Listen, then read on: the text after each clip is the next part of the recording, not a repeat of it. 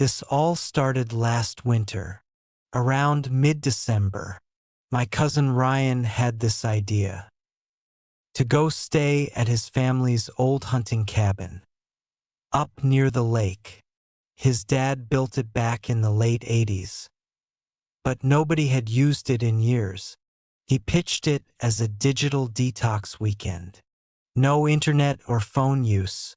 We only brought our phones for emergencies. Just a wood stove, some beers, and a couple days of peace. I wasn't into it at first. The timing sucked. Roads were icy. Snowstorms kept rolling in. And everything felt like a bad idea. But Ryan wouldn't let it go. Said he needed to clear his head after his breakup and that I still owed him for skipping his birthday. Eventually, I agreed. By the time we reached the cabin, it was close to 9 p.m. The place was buried halfway in snow. Inside, it smelled like damp wood and animal piss. The first thing we noticed was the cold. Not normal cold. Felt wrong somehow. Heavier. Like it didn't belong inside. We got the generator running. Thank God it still worked. And the place slowly started to warm up. Ryan cracked a beer and joked about how we were real outdoorsmen now. We played a few rounds of cards, heated up some soup on the propane stove, and eventually crashed on the fold-out couch. I don't know what time it was when I woke up. The generator had shut off, and everything was quiet, dead quiet, like the air itself had stopped moving. I sat up and instantly got this feeling that something was wrong. I couldn't explain it. My body just knew. When I went outside to restart the generator, my flashlight caught something in the snow, a trail of footprints circling the cabin. Barefoot, human-shaped, but off somehow. The toes were longer, the steps uneven, like whoever made them was dragging one leg. They went all the way around the cabin and then disappeared into the trees. I woke Ryan up. He stumbled outside with me, half asleep, swearing I was overreacting, until he saw them too. He crouched down to look closer, and I swear I saw his breath hitch when he realized how deep they were. Like whatever made them was heavy, really heavy. We locked the doors, shoved firewood against the entrance, and tried to convince ourselves it was fine. We barely slept. The next morning the snow had stopped, but the air felt heavier. There was a weird smell outside sharp enough to sting our nose. We ate fast and decided to leave early. The truck wouldn't start. The battery wasn't just dead. It was gone, like someone had pulled it out. The strangest part was the hood. No damage. The latch was still locked, like something had just lifted it open. There were drag marks in the snow leading toward the woods. Ryan grabbed a hatchet from the shed and said he was going to follow the tracks, just a little way.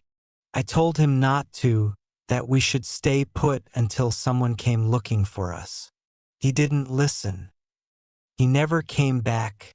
I waited maybe 20 minutes before going after him. There were new prints now, his mixed with the others. I followed them about 20 yards before the trees closed in and the light dropped off. That's when I noticed the smell again, stronger this time. Something was hanging from a branch ahead. Part of Ryan's flannel sleeve torn clean off. Below it, the snow was soaked dark. At least it looked like blood. Later, when the snow melted and froze again, it was gone. Maybe that's why the search team never found any trace of it. But in that moment, it was enough to lock me in place. That's when I heard him, or thought I did. He said my name, quiet at first, then louder. It sounded like it was coming from deeper in the woods, but the echo was wrong. Like the voice wasn't outside me, it was inside my head. Ryan had shouted my name earlier when he left, so for a second I thought maybe he was still close. I called back. Nothing. Then I saw it. It stood between two trees, hunched but still taller than any person should be. Its skin was stretched tight and gray, thin enough to see its ribs. The head almost looked human, but the jaw was too long, like it had been broken and never healed right. When it opened its mouth, I saw black around its gums and something wet and red dripping from the corners. It stepped forward. The sound it made wasn't footsteps. It was more like branches cracking inside the snow. I don't remember running, but I must have.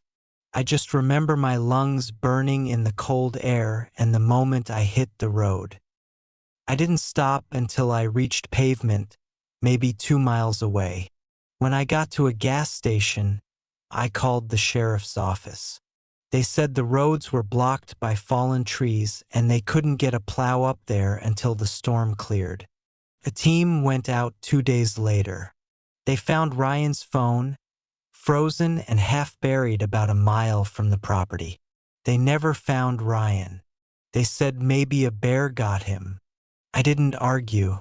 That was 8 months ago. I've moved 3 times since then. Different cities, different apartments. I don't tell people why. I don't even tell my family the full story. They think I'm just dealing with trauma, maybe filling in gaps with things that didn't happen. Maybe they're right, but sometimes I wonder if it followed me, or if I brought something back without knowing it. 2 nights ago, I woke up around 3:47 a.m. Someone was whispering my name from the hallway. I live alone.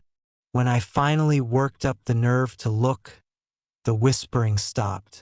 But right under my bedroom window, pressed into frozen mud, were footprints.